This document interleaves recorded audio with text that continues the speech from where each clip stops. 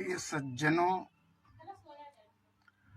मित्रों, साथियों, दोस्तों, बंधुओं एवं मेरे भारत के समस्त देशवासियों, आप सभी को जय सृष्टि।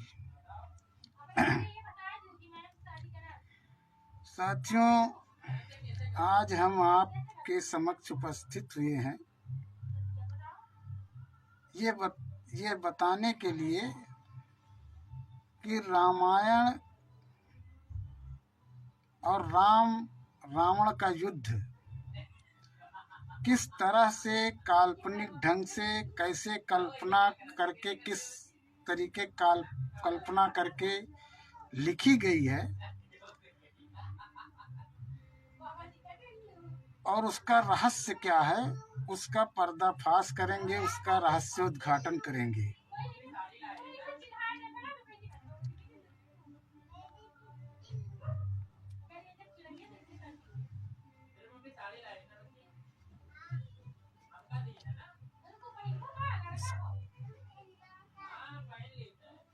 क्योंकि राम रावण का युद्ध कोई धार्मिक युद्ध नहीं था। यह दो समाजों का के अपने अपने संस्कृतियों का, दो अलग अलग संस्कृति थी, दोनों अलग संस्कृतियों का युद्ध था, दो संस्कृतियों का युद्ध था। एक संस्कृति रावण की संस्कृति, जिसको रावण की संस्कृति बताया गया, दर्शाया गया है। और रावण की संस्कृति क्या है, पहले समझने का प्रयास करें। रावण की जो संस्कृति थी वह शैव संस्कृति थी, और वह शैव संस्कृति एक मात्र वंशीय, मात्र सत्तात्मक संस्कृति थी, जिसमें यह घटना सृष्टि के आदि के समय की है, जिसको काल्पनिक ढंग से लिखा गया है।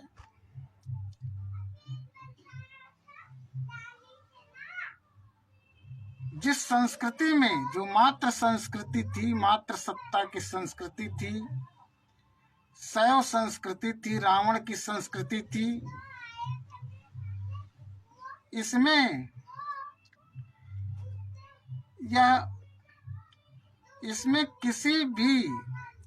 किसी भी प्रकार का कोई वैवाहिक व्यवस्था नहीं थी। यह स्वच्छंद और स्वतंत्र, प्रेममयी, प्यारमयी व्यवस्था थी। इसमें प्रेममयी, प्यारमयी समाज था, जिसमें किसी एक स्त्री पर किसी भी एक पुरुष का एकाधिकार नहीं था, या किसी एक पुरुष पर किसी एक स्त्री का एकाधिकार नहीं था। प्रत्येक स्त्री पर प्रत्येक पुरुष का अधिकार था, प्रत्येक पुरुष पर प्रत्येक स्त्री का अधिकार था। इसमें मैथुन संबंधी कोई नियम नहीं था।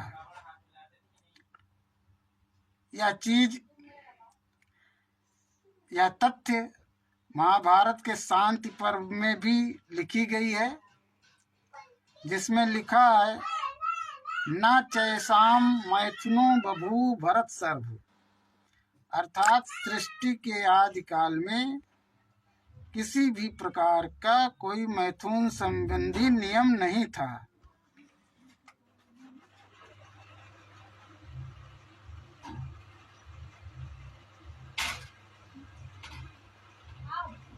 यह था मातृवंशीय मात्र सत्तात्मक समाज। इसका अंदाजा यहाँ से ही लगाया जा सकता है कि किसी भी वैवाहिक व्यवस्था में,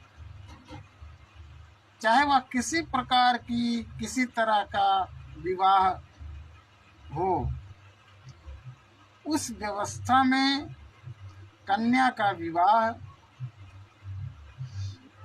माता पिता देखते हैं, वही तय करते हैं और वही करते हैं। किंतु सुपर्णखा द्वारा स्वयं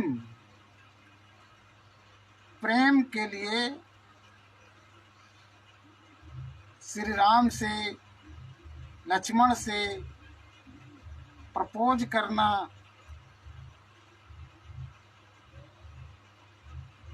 इजहार करना,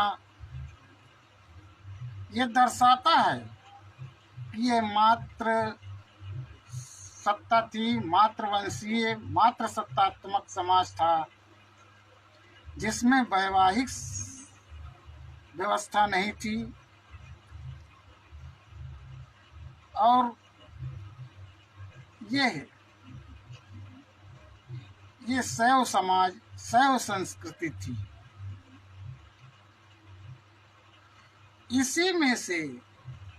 इसी शैव संस्कृति में से, इसी मातृवंशीय मात्र सत्तात्मक समाज में से ही ये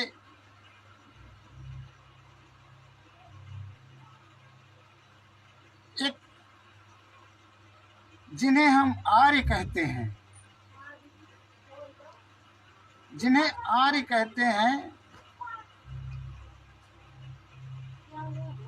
जिन्हें वो भी इसी संस्कृति, इसी समाज में से ही उनका उद्गम हुआ।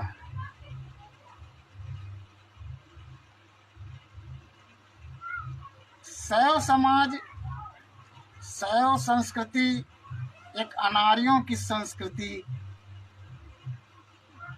कह लीजिए, एक अनार्य समाज कह लीजिए। और जो आर्यों की संस्कृति, आर्यों की उत्पत्ति इसी समाज, इसी संस्कृति से हुई। यहाँ से आप पकड़िए बात को, जैसे कि लिखा है कि राजा और रानी दोनों ने मिल करके सोने का हल चलाया और वह हल एक घड़े से टकरा गया, जिससे कन्या की उत्पत्ति हुई, जो सीता है। अब यहाँ राजा और रानी और सोने का मतलब क्या है?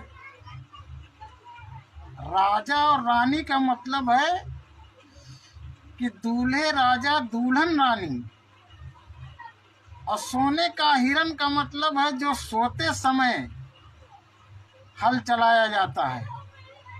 दूल्हे राजा, दुल्हन रानी दोनों के द्वारा जो सोते समय हल चलाया जाता है, उस हल से उस कन्या का जन्म हुआ।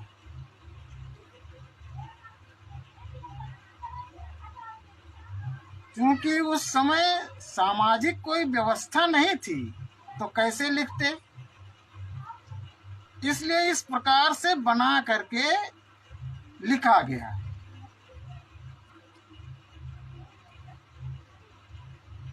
और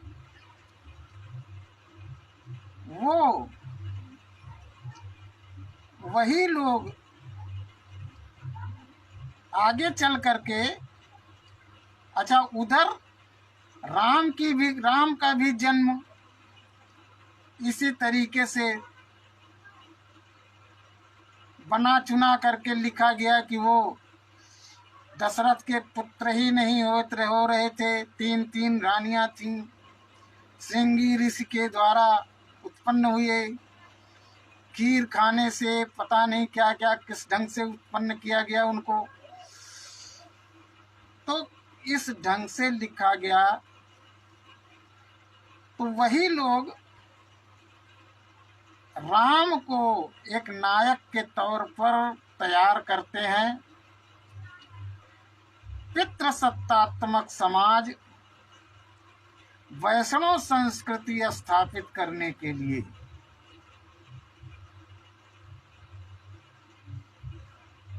वैष्णव संस्कृति और पितृसत्तात्मक समाज को स्थापित करने के लिए एक कल्पनात्मक ढंग से कहानी बनाई गई कि इस तरीके से सामाजिक व्यवस्था थी, क्योंकि ये लोग तो ग्रंथों में ये बताते हैं ना कि सृष्टि तो ब्रह्मा ने बनाई, कोई आदि मानव नहीं थे। जो विज्ञान बताता है उसको तो ये लोग मानते नहीं, कहते हैं कोई आदि मानव नहीं थे, सृष्टि तो ब्रह्मा ने बनाई, मनु और शत्रुपा को पैदा किया, उनसे जो है सब सृष्टि चली है।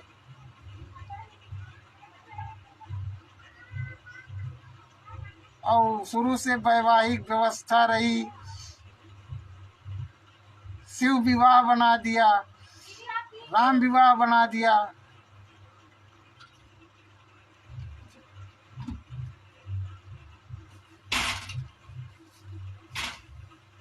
इस तरीके से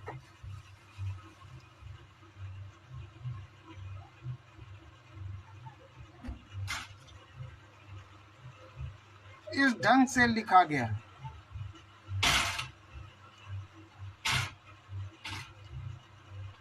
अब जो आगे चल करके जो यह धनुष यज्ञ लिखा गया कि धनुष को राम ने तोड़ा, वो शिव का धनुष था। साथियों, वो शिव का कोई धनुष नहीं था, वो शैव व्यवस्था को ध्वस्त किया गया, वो शैव संस्कृति को नष्ट किया गया, वही शिव का धनुष तोड़ा गया। वही कहा गया कि ये शिव का धनुष तोड़ा और सीता का विवाह हुआ। विचार करने वाली बात है। जो रावण का समाज है,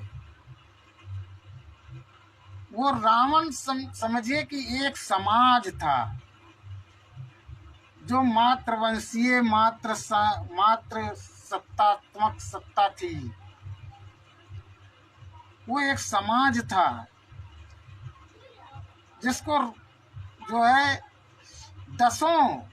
इस जीवन के 10 मुखों का, 10 द्वारों का, इस शरीर में जो 10 द्वार हैं, इस शरीर में जो 10 द्वार हैं उसका ज्ञान था।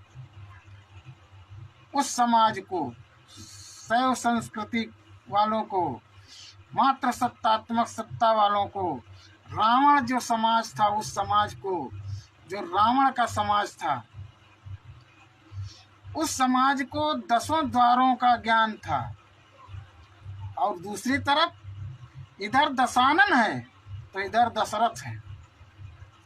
दशरथ का मतलब उस तरफ जो वैष्णव लोग थे, जो आर्य लोग थे, जिन्होंने शैव संस्कृति को तोड़ने का षड्यंत्र किया,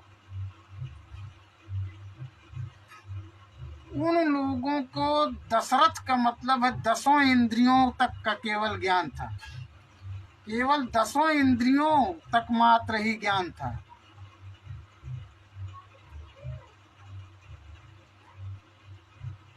साथियों, बड़ी गहरी बातें हैं, बहुत से रहस्य हैं जो हम इसमें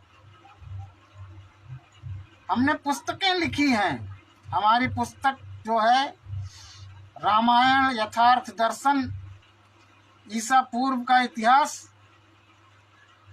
उसमें इन सब घटनाओं का और कैसे कैसे ये किया गया है, किस तरीके से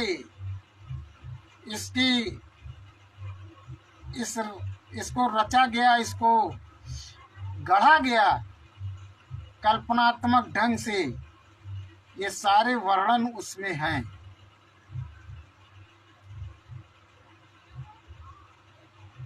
मेरे प्रिय साथियों, विचार करने वाली बातें हैं, सब सोचने वाली बात है।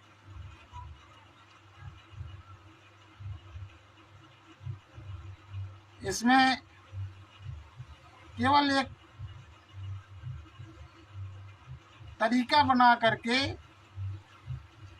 इसको स्थापित किया गया,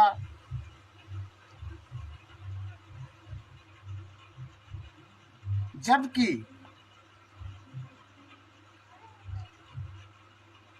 राम का कोई इतिहास नहीं मिलता कहीं। और रामायण में दो राम हैं। एक राम तो ये है जिनका राम रावण का संघर्ष है, ये दशरथ पुत्र राजा राम है। दूसरा एक राम और है जो निर्गुण है, निराकार है, जो कबीर के राम हैं, वो भी रामायण में है, जिसको कबीर ने कहा कि घट घट राम है।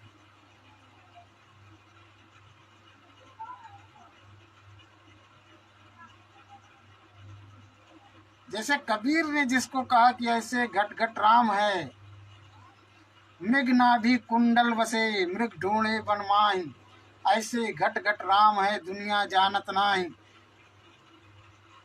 जिस राम की बात कबीर ने कहा, उस राम को भी, वो राम भी है इसमें रामायण में, निर्गुण निराकार राम, जो जीवन का सार है, जिसे जानना,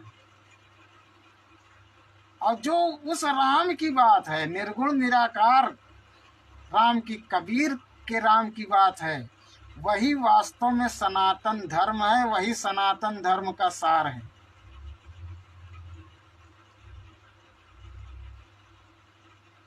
और वह जीवन का सार है, उसे जानना ही जीवन का लक्ष्य है।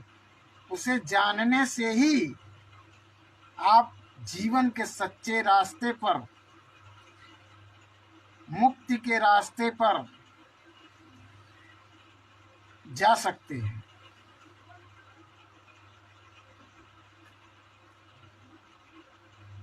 साथियों, आज के इस रील एपिसोड में इतना ही। फिर आपके साथ मुखातिब होंगे, तो फिर आपके समक्ष एक नई रील, नई वीडियो, नया एपिसोड लेकर आएंगे। तब तक के लिए जय सृष्टि, जय भारत, जय सृष्टि, जय भारत, जय सत्य, जय भारत, जय सृष्टि, जय भारत, जय सत्य, जय भारत।